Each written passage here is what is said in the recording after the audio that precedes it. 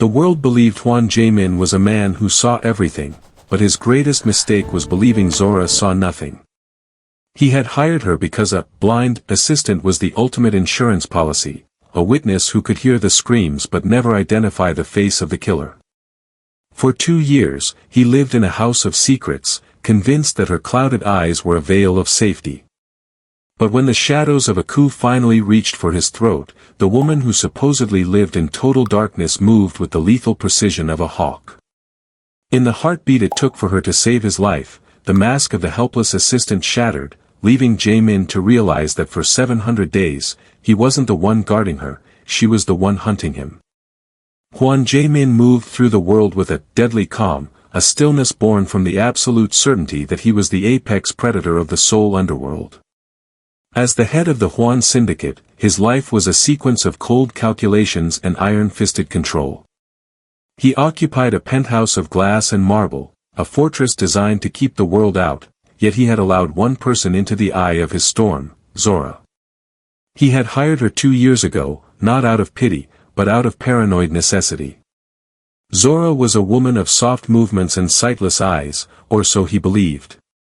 To Jae-Min, she was the perfect ghost.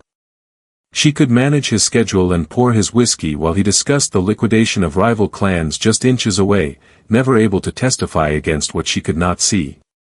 He felt a twisted sense of peace in her presence. He didn't have to wear his mask of terror around a woman who couldn't see the bloodstains on his soul. On this humid Seoul night, the air in the study felt heavy, charged with the static of an impending betrayal. Jae-Min sat at his mahogany desk, the light of the city shimmering behind him like cold diamonds. Zora was across the room, her fingers trailing lightly over the spines of his books. Her movements were fluid and practiced, seemingly guided by nothing but touch and memory. He watched her for a moment, his icy black eyes narrowing. He admired the way she handled her vulnerability with such quiet dignity, never realizing that while he was studying the curve of her jaw, she was actually measuring the distance between his desk and the door. He had convinced himself he was her protector, the man who gave a broken woman a place in a world that would otherwise discard her. He didn't know that the woman he was protecting was currently identifying the 3 gunmen hiding in the hallway by the mere shadow of their silhouettes against the floor. The office was a tomb of glass and shadows, situated high enough above the city that the sirens of Seoul sounded like nothing more than a distant, dying hum. Hwan Jae-Min sat behind his desk, his silhouette framed by the cold neon glow of the skyline. Across from him sat Zora.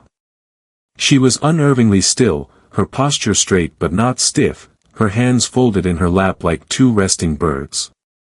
Her eyes, a clouded, milky brown, didn't track the movement of the smoke rising from his cigarette. They stared at a point somewhere over his shoulder, fixed on a horizon he couldn't see. Jae-Min leaned forward, his icy black gaze dissecting her. He had seen thousands of people flinch in this room, he had seen men of iron melt into puddles of sweat under his scrutiny.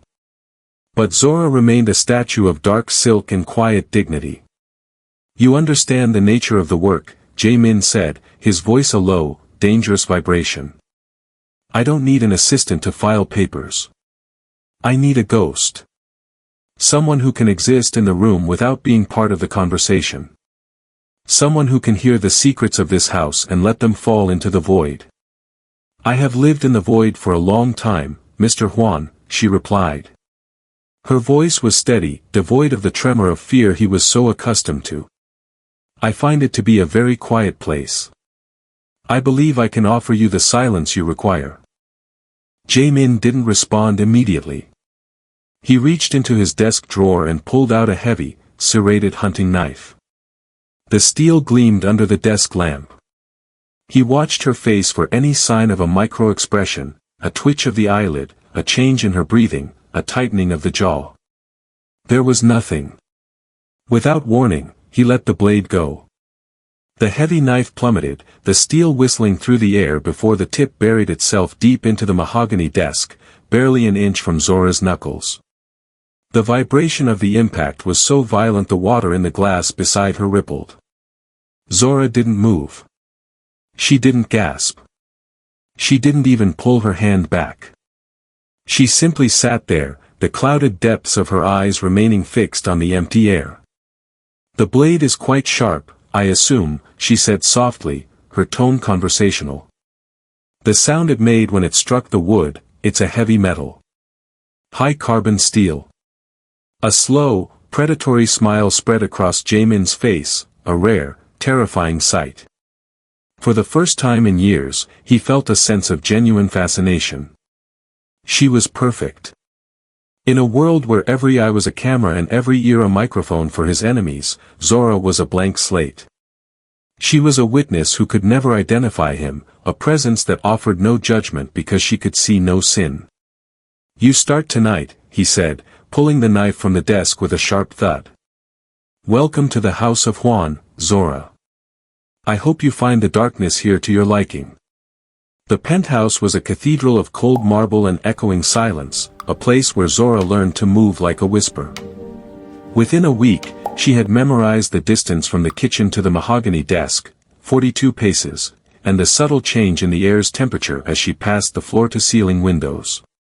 To Jae-Min, she was a marvel of domestic clockwork, a shadow that anticipated his needs without ever requiring him to acknowledge her as a witness. One Tuesday evening, the study was thick with the copper scent of adrenaline and the heavy, expensive smell of tobacco. 3 of Jae-Min's captains stood before the desk, their breathing ragged and uneven. On the desk lay a dossier containing the names of the men who had skimmed from the Busan docks. Jae-Min didn't look at them, he watched Zora as she entered, the silver tea tray balanced perfectly in her hands. "The third name," Jae-Min said, his voice as sharp as the blade he had dropped days before. "Make it an example. I want the message to be loud enough to hear in Pyongyang." He reached out and signed the execution order with a flourish of ink that sounded like a final breath. Throughout the exchange, Zora's hands remained steady.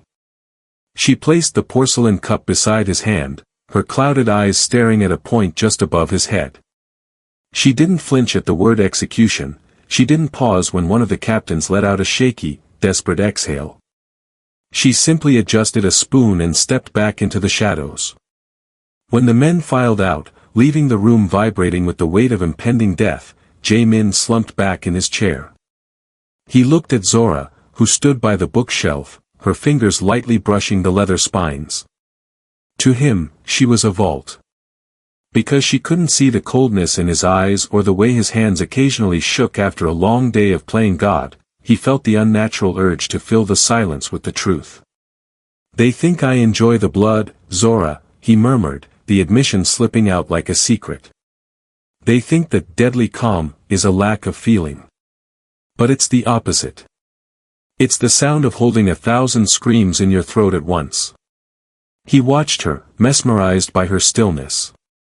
He found himself confessing things he hadn't told a priest in 20 years, the weight of the Hwan name, the hollowness of the gold, the ghosts of the brothers he had buried to keep his chair.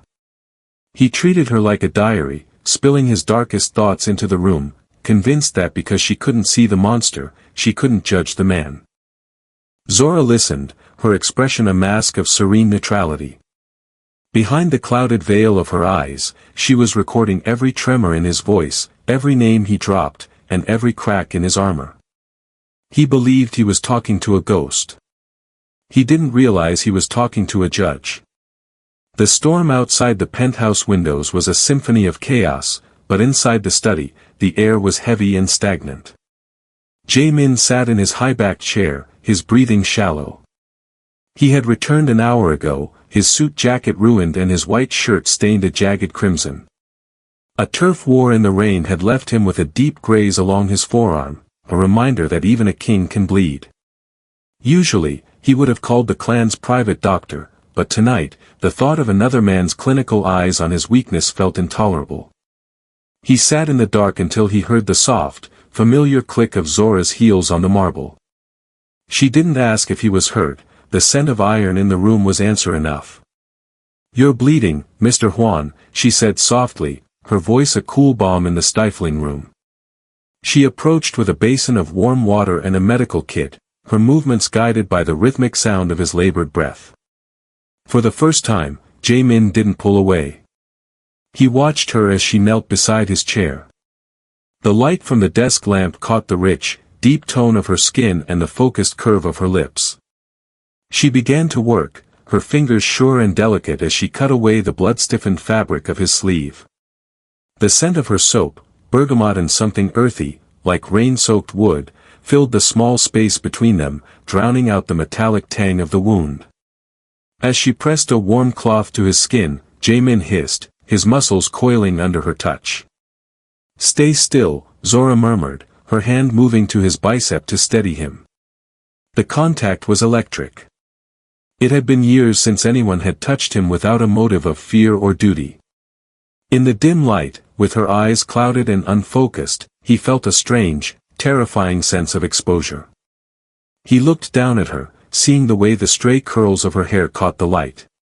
Because she couldn't see the scars on his chest or the hardness in his gaze, he felt a barrier crumble that he hadn't even known existed. As she leaned in to bandage the wound, her breath fanned across his skin.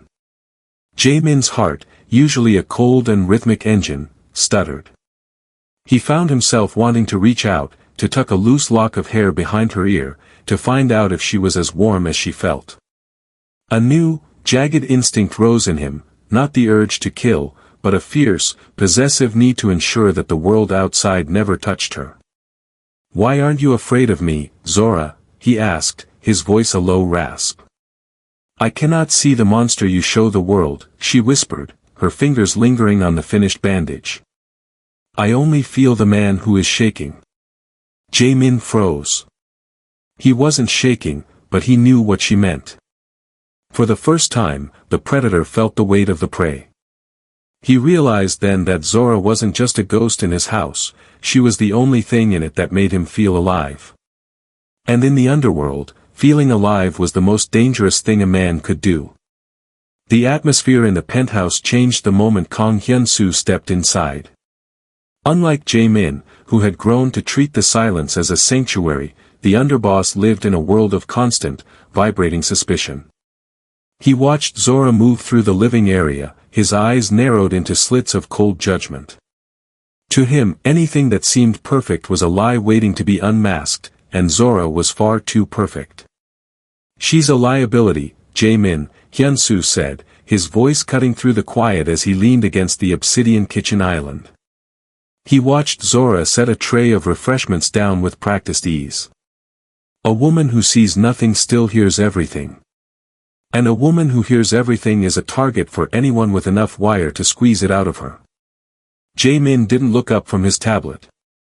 "She is a ghost, Hyun-soo. Leave her be."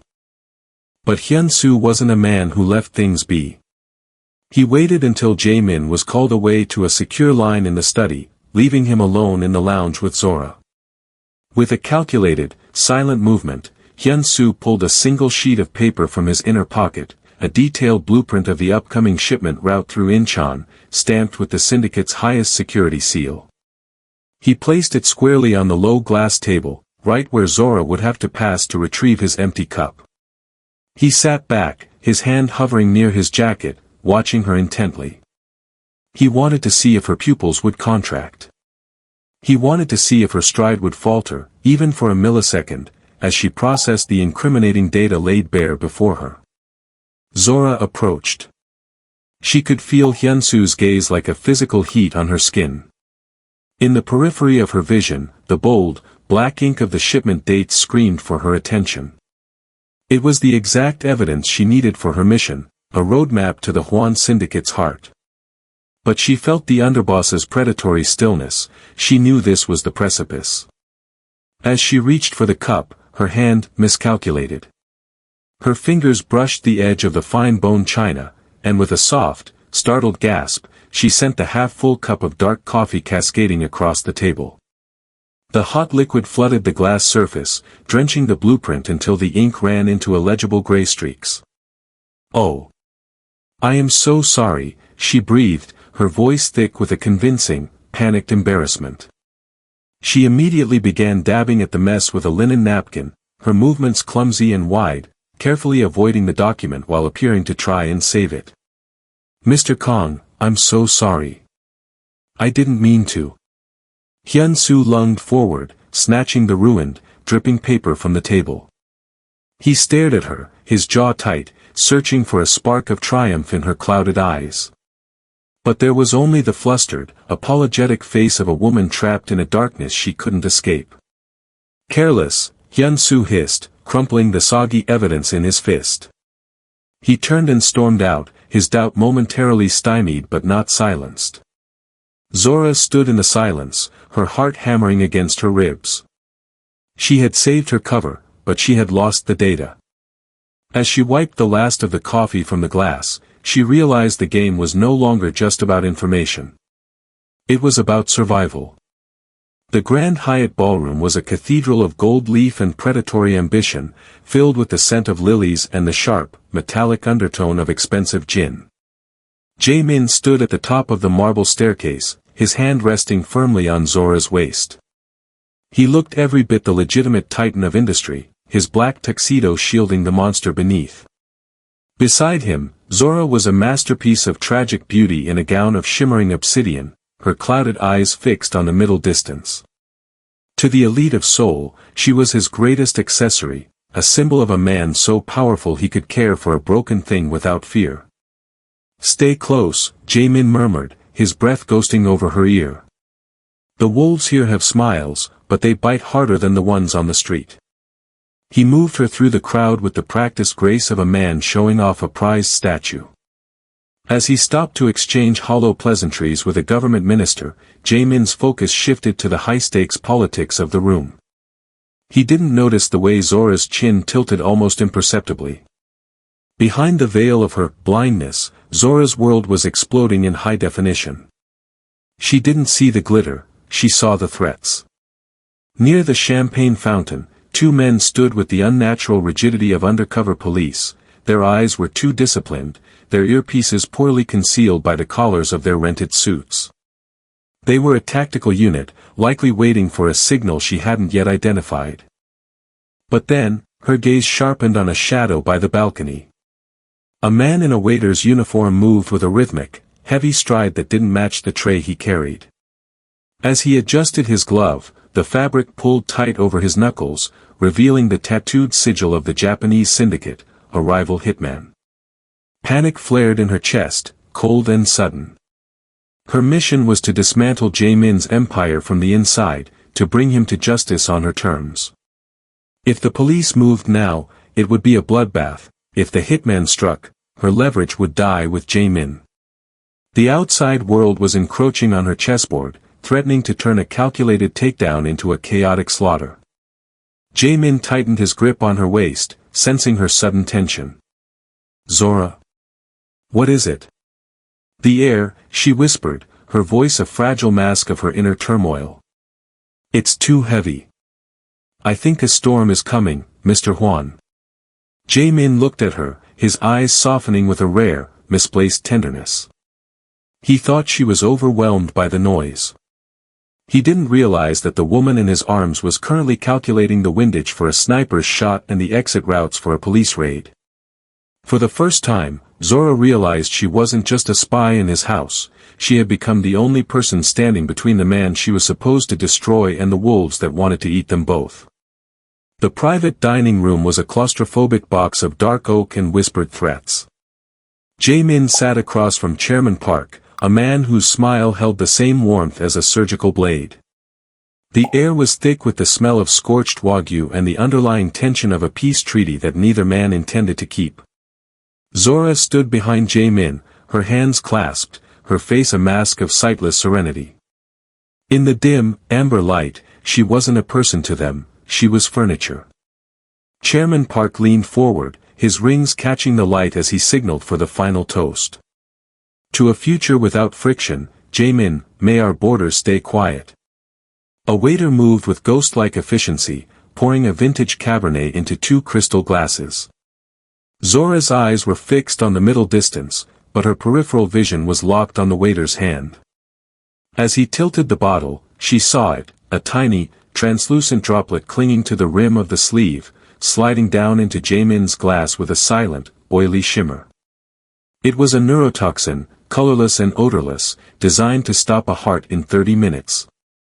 Jae-Min reached for the stem of the glass. His fingers brushed the cold crystal, lifting it toward his lips. "Mr. Hwan," Zora murmured, but her voice was drowned out by Park's booming laugh. She had a split second to decide. If she spoke, she was a witness who saw too much.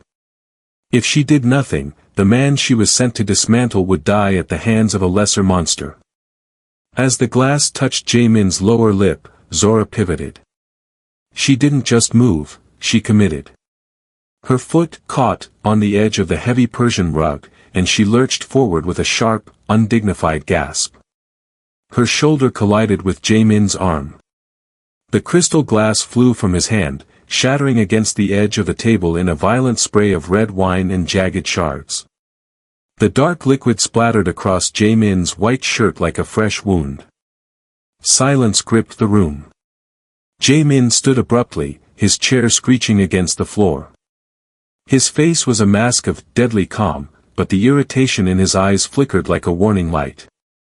"Zora," he hissed, his voice a low, dangerous rasp.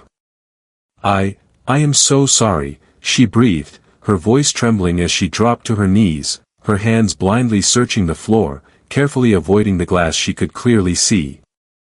"The rug. I lost my footing. Mr. Hwan, please, forgive me." Chairman Park chuckled, though his eyes remained cold with disappointment. "A clumsy ghost, Jae-Min. Perhaps she's getting too comfortable." Jae-Min looked down at the shattered remains of the toast and then at Zora, who looked small and shaken on the floor. The annoyance in his chest was sharp, but as he watched her fumbling in the dark, a strange, irrational thought took root. Every time she stumbled, a disaster seemed to be averted. Every time she was careless, he remained untouched. He reached down, not to scold her, but to grip her elbow and pull her up. "It's just wine," he said, his voice surprisingly soft. Deep down, the predator's instinct that had kept him alive for decades whispered a new truth: she wasn't a liability. She was his lucky charm. The penthouse was buried in the heavy, velvet silence of 3 a.m. Only the moon, a pale sliver over the Han River, provided any light, casting long, skeletal shadows across the marble floor of the study. Jae-Min moved through the darkness like a ghost, his footsteps silent by habit. He had come for a glass of scotch to drown the ghosts of the day, but as he reached the doorway, he froze. The heavy steel door of his floor safe sat open, a gaping black mouth in the wall. Standing before it was Zora. She was perfectly still, a silhouette of silver and shadow. Her head was tilted at a sharp, inquisitive angle toward the interior of the safe, her face mere inches from the ledgers that contained enough evidence to bury him for a lifetime. To anyone else, she looked like she was reading.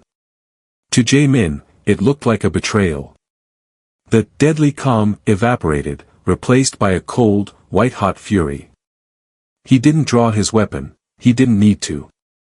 His voice was enough to cut the air. "Zora." She didn't jump. She didn't gasp. Instead, she turned her head slowly toward the sound of his voice, her clouded eyes wide and shimmering with a sudden, glassy moisture. Her hands were pressed against the cold steel of the safe's door, trembling slightly.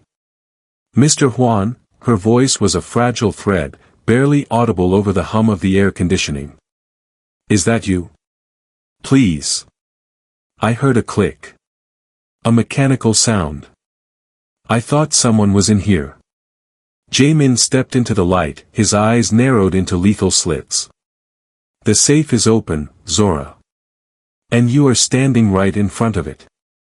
"The safe?" she whispered. Her hand shifted, her fingers fumbling blindly against the keypad, her touch light and uncertain. She began to breathe in short, panicked hitches. "I was looking for the kitchen. I got turned around in the dark, the walls felt different. I heard the humming of the electronics and I thought I was in the hallway. I've been trying to find the door for 20 minutes. She took a tentative, stumbling step toward him, her hand reaching out into the empty air, grasping for a support that wasn't there.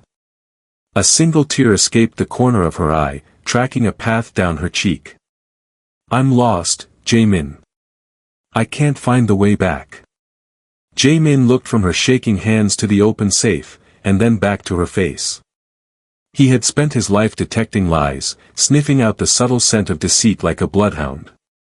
But as he watched her, vulnerable, weeping, and seemingly terrified of the very shadows he called home, his paranoia faltered. The logic was sound, she was blind, and he had left the safe ajar after his late-night audit. The anger died in his chest, replaced by a sharp, unexpected pang of guilt. He stepped forward, catching her hand. It was ice cold. "It's all right," he murmured, his grip softening. "I'm here. I'll take you back." As he led her from the room, he didn't see the way her hand tightened almost imperceptibly on his. He didn't see the flicker of calculation behind the clouded veil. For the first time in his life, the most dangerous man in Seoul believed exactly what he wanted to see. The silence of the penthouse was shattered not by a sound, but by the sudden, violent death of the lights. Red emergency pulses flickered to life, painting the marble in the color of fresh blood. The heavy thud of boots echoed in the hallway, too many, too fast. Jae-Min lunged for his desk, but the double doors burst open before he could reach his primary weapon. Hyun-Soo's men flooded the room, their suppressed submachine guns coughing out a rhythmic, muffled death. Jae-Min dove behind the mahogany desk, drawing his backup pistol and returning fire, but a sickening click echoed in the hollow of the room. A jam. He racked the slide, his movements frantic, but he was already pinned. A shadow loomed over the desk, a hitman with a jagged scar across his eyes, leveling a shotgun at Jae-Min's chest. "Goodbye, boss," the man sneered. Then, the world shifted. Zora, who had been huddled near the bookshelf, didn't scream. She didn't stumble. She moved with a terrifying, predatory fluidity that defied every law of physics Jae-Min knew. In 3 blurring steps, she bridged the gap. She didn't reach for the hitman, she became a whirlwind of precision. She caught the barrel of the shotgun with one hand and drove the heel of her other palm into the man's elbow.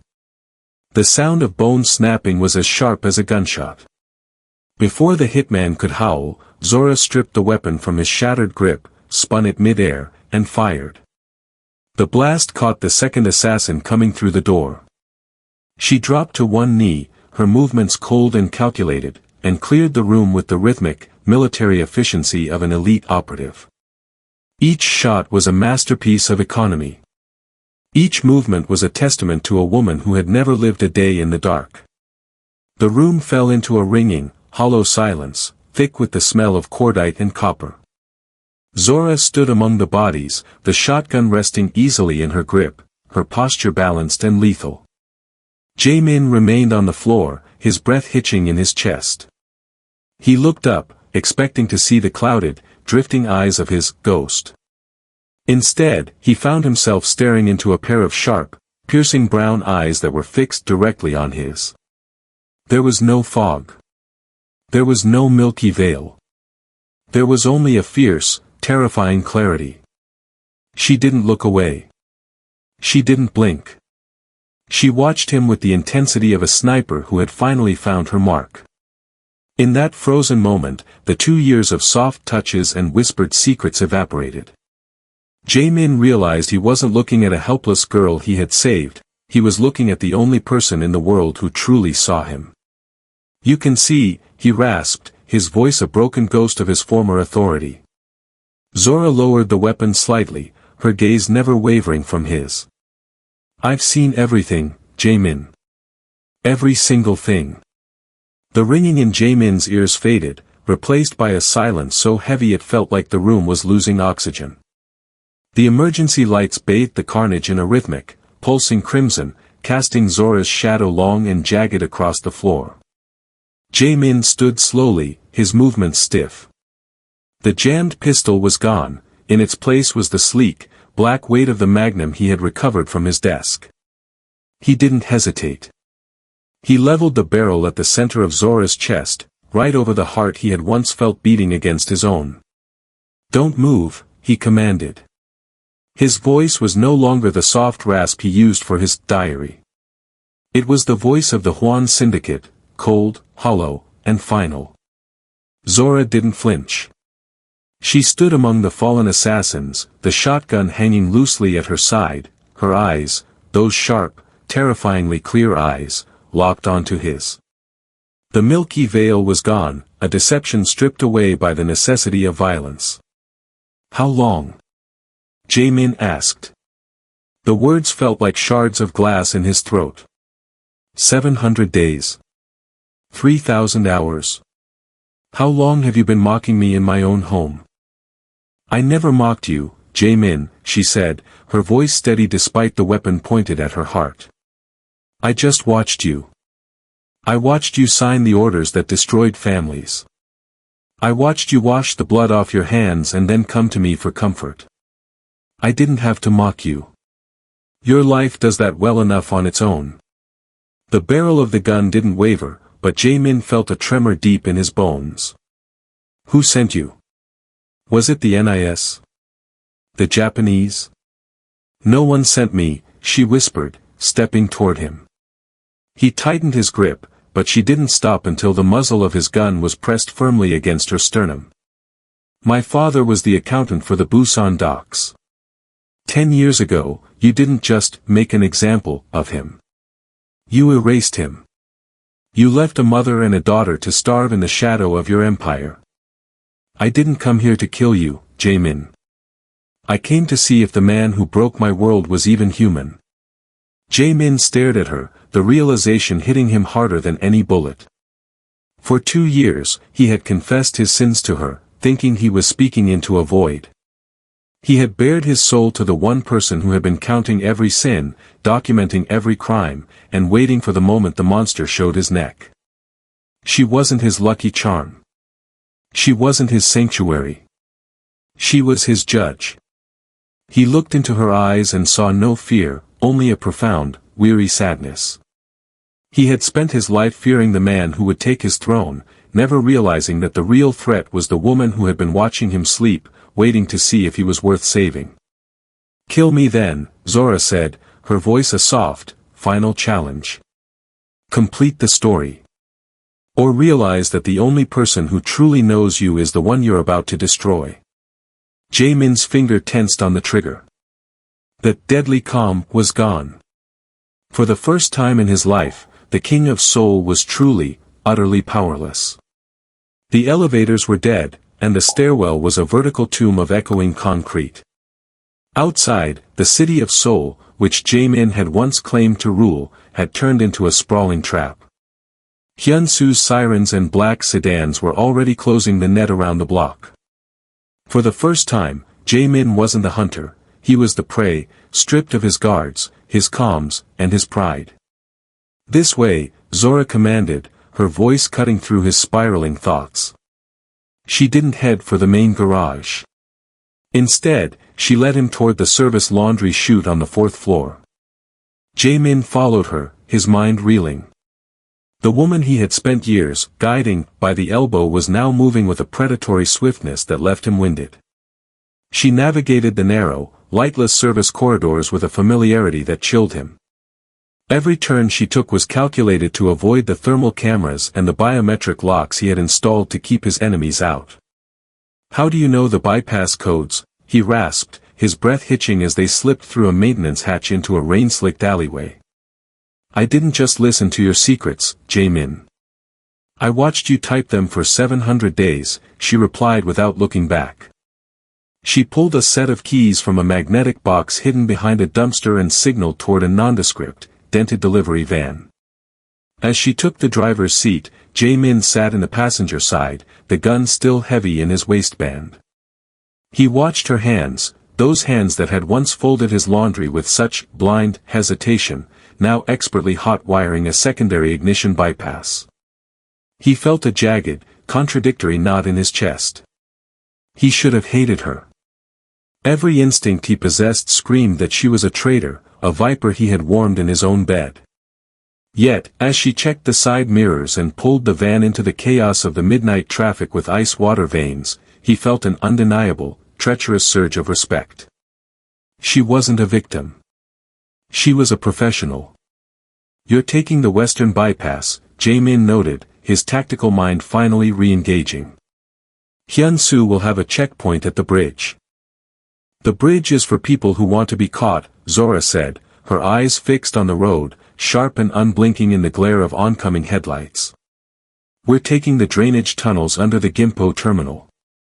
They aren't on the syndicate maps yet." Jae-Min leaned back, the neon lights of the city blurring past them. He was a man who had built his life on the power of sight, yet he had been the one who was truly blind.